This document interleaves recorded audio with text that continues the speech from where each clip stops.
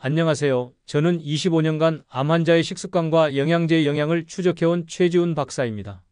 오늘은 정말 심각한 이야기를 하나 들려드리려고 합니다. 왜 매일 영양제를 챙기는데 몸은 더 약해질까요? 왜 건강을 지키려고 먹은 영양제가 오히려 암세포를 키울까요? 제가 지난 25년 동안 연구하면서 가장 놀라웠던 발견 중 하나는 바로 이것이었습니다. 건강을 지키려고 먹는 영양제가 때로는 독이 될 수 있다는 사실이었죠. 특히 시니어분들께는 더욱 위험할 수 있습니다. 몸의 대사 능력이 젊을 때와 다르기 때문입니다. 그 답은 바로 우리가 무심코 먹는 영양제 속에 숨어 있습니다. 많은 분들이 종합비타민이라는 이름만 믿고 드시는데 그 안에 들어있는 성분 중 일부는 실제로 암 위험을 높일 수 있습니다. 이런 사실을 아는 사람은 정말 드뭅니다. 더 충격적인 것은 이런 위험한 영양제들이 TV 광고나 건강 프로그램에서 당당하게 소개되고 있다는 점입니다. 많은 시니어분들이 좋은 의도로 건강을 챙기려다가 오히려 위험에 노출되고 계신 거죠. 오늘 이 영상을 끝까지 보시면 어떤 영양제는 반드시 피해야 하는지, 또 어떤 영양제는 안전하게 챙겨야 하는지 확실히 알게 되실 겁니다. 여러분의 건강을 지키는데 정말 중요한 정보들을 담았습니다. 비슷한 고민 있으셨다면 댓글로 공유해주세요. 저와 오래 상담을 이어왔던 한 68세 아버님 이야기를 들려드릴 겸 혈관 건강을 위해 매일 엽산 영양제를 챙기셨는데 정작 몸은 점점 더 피곤해지고 건강검진에서 이상 소견이 나오셨습니다. 처음엔 나이 때문이라고 생각하셨죠? 그런데 자세히 들여다보니 문제가 보였습니다. 이분은 평소 잎채소와 콩류를 즐겨 드셨거든요. 이미 음식으로 충분히 엽산을 섭취하고 있는데 보충제까지 더해 과잉이 되어버린 겁니다. 엽산은 부족해도 문제지만 너무 많이 섭취하면 오히려 암세포 성장을 도울 수 있다는 연구 결과들이 있거든요. 이분께 영양제를 끊고 균형 잡힌 식단만 유지하시라고 조언했더니 3개월 후 몸이 훨씬 가벼워지셨다고 하시더라고요. 영양소는 부족해도 문제지만 넘치면 오히려 독이 됩니다. 이게 바로 현대 시니어들이 놓치고 있는 가장 중요한 포인트입니다. 오늘 말씀드릴 내용은 여러분의 영양제 관리 방식을 완전히 바꿀 수 있는 중요한 지혜입니다. 이 이야기를 끝까지 들어야 전체 흐름을 정확히 알 수 있습니다. 중간에 끊어서 들으시면 가장 중요한 실천법을 놓치게 됩니다. 혹시 아직 구독과 좋아요를 누르지 않으셨다면 지금 바로 눌러주세요. 이 채널은 여러분의 건강한 노년을 응원합니다. 이런 중요한 정보를 더 많은 분들이 알 수 있도록 구독과 좋아요로 응원해주세요. 끝까지 보시면 왜 지금 당장 여러분의 작은 습관을 바꿔야 하는지 분명하게 깨닫게 되실 겁니다. 마지막에 나올 단 하나의 습관이 모든 것을 바꿀 수 있습니다. 뒤에 나올 영양제 선택법을 모르시면 지금까지의 노력이 의미 없어질 수 있어요. 오늘 영상 끝까지 보시면 내 몸을 지키는 진짜 영양제 선택법을 확실히 배워가실 수 있습니다. 이렇게 작은 변화만으로도 몸이 완전히 달라질 수 있습니다. 그래서 이제는 우리 일상 속에서 암과 직접 연결되는 영양제들을 하나씩 짚어보겠습니다. 먼저 베타카로틴부터 말씀드리겠습니다. 눈 건강에 좋다고 알려져 있어서 많은 시니어분들이 드시는데 실제로는 매우 위험할 수 있습니다. 특히 고용량 보충제로 드시는 경우 폐암 위험이 크게 증가한다는 연구 결과가 있습니다. 미국과 핀란드에서 진행된 대규모 연구에서 흡연 경험이 있는 분들에게 베타카로틴 보충제를 투여했더니 폐암 발병률이 오히려 상승했다는 충격적인 결과가 나왔습니다.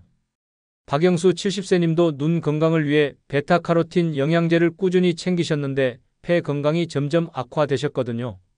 베타카로틴은 당근, 고구마, 시금치 같은 채소로 충분히 섭취할 수 있습니다. 자연식품으로 드시면 안전하거든요. 하지만 흡연 경험이 있으시다면 절대 보충제로는 드시면 안 됩니다. 혹시 아직도 베타카로틴 영양제를 드시고 계신가요? 다음은 비타민 E입니다. 항산화 작용이 있다고 해서 노화 방지 목적으로 많이 드시는데 고용량으로 드시면 전립선암 위험이 증가할 수 있습니다. 하루 400IU 이상 복용하시면 사망률까지 증가한다는 보고도 있거든요. 이정호 65세님은 노화 방지 목적으로 비타민 E를 고용량으로 복용하시다가 건강이 오히려 악화되셨습니다. 비타민 E는 견과류, 올리브유, 아보카도 같은 식품으로 드시는 게 훨씬 안전합니다. 특히 혈액희석제를 복용 중이시라면 출혈 위험도 있으니 더욱 조심하셔야 합니다. 혹시 항산화제라고 믿고 고용량 비타민 E를 드시고 계신가요? 엽산 이야기도 꼭 해드려야겠습니다. 엽산은 부족하면 암 위험이 높아지지만 과잉으로 섭취해도 암세포 성장을 촉진할 수 있습니다. 미국 연구에서 하루 1000마이크로그램 이상 복용하신 분들의 전립선암 위험이 2배나 증가했다는 결과가 나왔거든요. 김성호 69세님은 혈관 건강을 위해 엽산 보충제를 과다 복용하셨는데 대장 용종이 재발하셨습니다. 엽산은 시금치, 콩류, 과일로 충분히 섭취할 수 있습니다. 특히 암병력이 있으신 시니어분들은 보충제 사용을 정말 신중하게 결정하셔야 합니다. 혹시 혈관 건강을 위해 엽산을 장기간 고용량으로 복용하고 계신가요? 칼슘도 조심해야 합니다. 뼈 건강에 필수적이긴 하지만 과잉 섭취하시면 신장결석이나 심장질환 위험이 있습니다. 핀란드 대규모 조사에서 고용량 칼슘을 복용한 남성들의 전립선암 위험이 증가했다는 결과도 있거든요. 장동수 72세님은 칼슘제와 우유를 함께 과잉 섭취하셨다가 신장결석이 생기셨습니다. 칼슘은 멸치, 두부, 채소, 저지방 우유 같은 식품으로 드시는 게 좋고 보충제로 드신다면 하루 500mg 이하로 제한하세요. 혹시 우유에 칼슘 영양제까지 더해서 과다 섭취하고 계신가요? 마지막으로 셀레늄입니다. 소량은 필수적이지만 과잉 섭취하시면 전립선암과 당뇨 위험이 증가합니다. 이미 혈중 셀레늄 수치가 높은 상태에서 보충제를 복용하시면 전립선암 위험이 91%나 증가한다는 연구 결과가 있어요. 조영민 66세님은 항산화제 목적으로 셀레늄제를 장기 복용하셨는데 탈모와 소화불량이 생기셨습니다. 셀레늄은 해산물, 견과류, 잡곡밥으로 충분히 섭취 가능합니다. 브라질너트 하루 한 알만 드셔도 충분하거든요. 혹시 종합 비타민 속 셀레늄 함량을 확인해 보신 적 있으신가요? 이처럼 암을 키울 수 있는 영양제들이 생각보다 정말 많습니다. 더 큰 문제는 이런 성분들이 종합 비타민 속에 한꺼번에 들어 있다는 점입니다. 그렇다면 어떻게 안전하게 영양제를 선택해야 할까요? 가장 먼저 반드시 혈액 검사로 부족한 성분을 확인하셔야 합니다. 유행이나 광고를 기준으로 영양제를 선택하시면 절대 안 돼요. 내 몸에 정말 부족한 게 뭔지 정확히 알고 그것만 단일 성분으로 보충하시는 게 가장 안전합니다. 혹시 검사도 없이 그냥 종합 비타민을 드시고 계신가요? 우리나라 시니어분들 대부분은 비타민 D와 비타민 B12 정도만 부족한 경우가 많거든요. 나머지는 식사로 충분히 섭취하고 계시는데 종합 비타민을 드시면 필요 없는 성분까지 과잉 섭취하게 됩니다. 이게 바로 문제의 시작이에요. 두 번째로 단일 성분 위주로 선택하셔야 합니다. 복합제는 성분이 중복되거나 과잉 섭취할 위험이 정말 큽니다. 비타민 D, 비타민 B12, 유산균 정도를 단일로 챙기시는 게 훨씬 안전하고 효과적이거든요. 혹시 여러 가지 영양제를 드시면서 같은 성분을 겹쳐서 섭취하신 적은 없으신가요? 성분표를 꼼꼼히 확인하시는 습관도 정말 중요해요. 같은 비타민 D라도 제품마다 함량이 천차만별이거든요. 또 첨가물이나 보존료도 확인하셔야 합니다. 화학 첨가물이 많은 제품은 오히려 몸에 부담을 줄 수 있어요.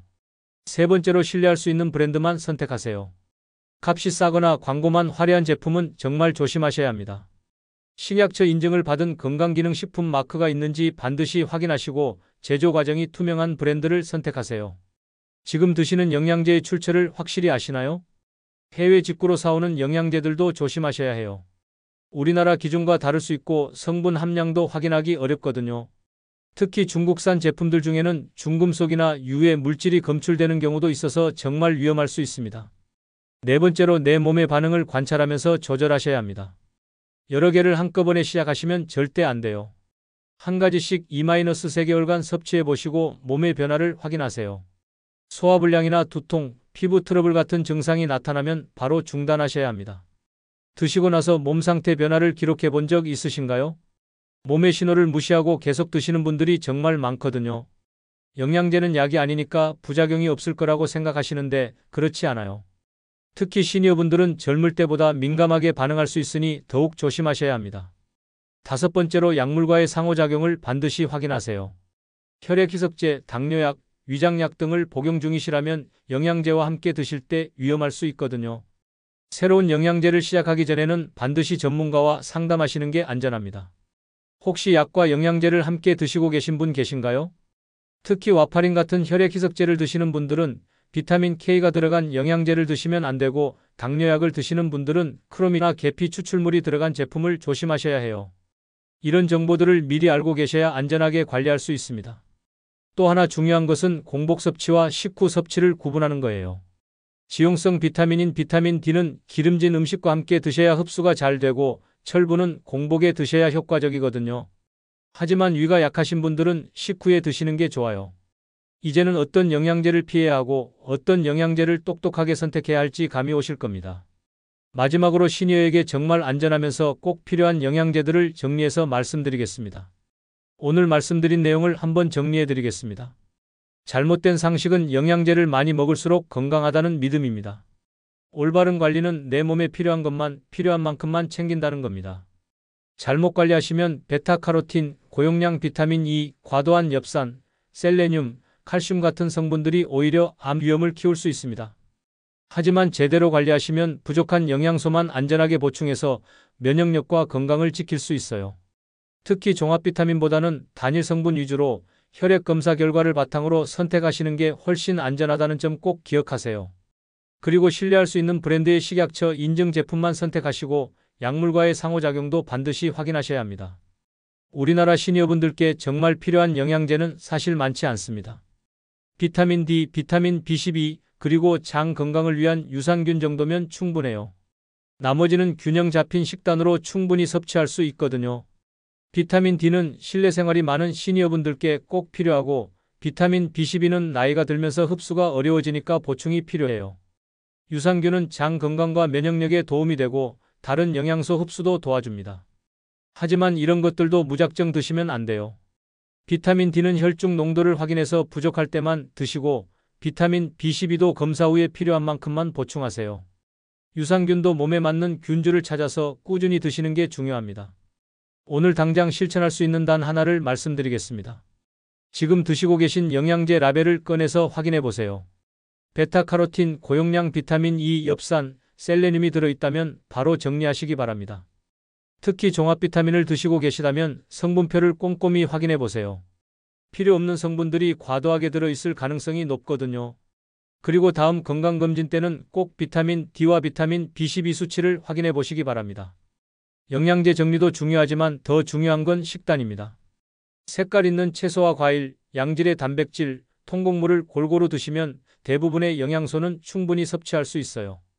영양제는 정말 부족한 것만 보조적으로 사용하시는 게 가장 안전합니다. 다음 영상에서는 시니어에게 꼭 필요한 영양제 3가지인 비타민 D, 비타민 B12, 유산균을 더 자세히 설명해 드리겠습니다.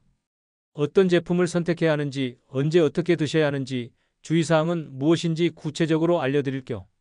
건강한 노년을 위해서는 영양제도 중요하지만 규칙적인 운동과 충분한 수면, 스트레스 관리가 더 중요하다는 점도 잊지 마세요.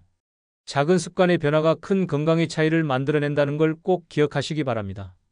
오늘 알려드린 영양제 안전 수칙 중에서 어떤 것을 가장 먼저 실천해보고 싶으신가요? 혹시 지금까지 잘못 알고 계셨던 영양제 상식이 있으시다면 댓글로 남겨주세요. 제가 직접 읽고 다음 영상에서 이어서 이야기 나누겠습니다.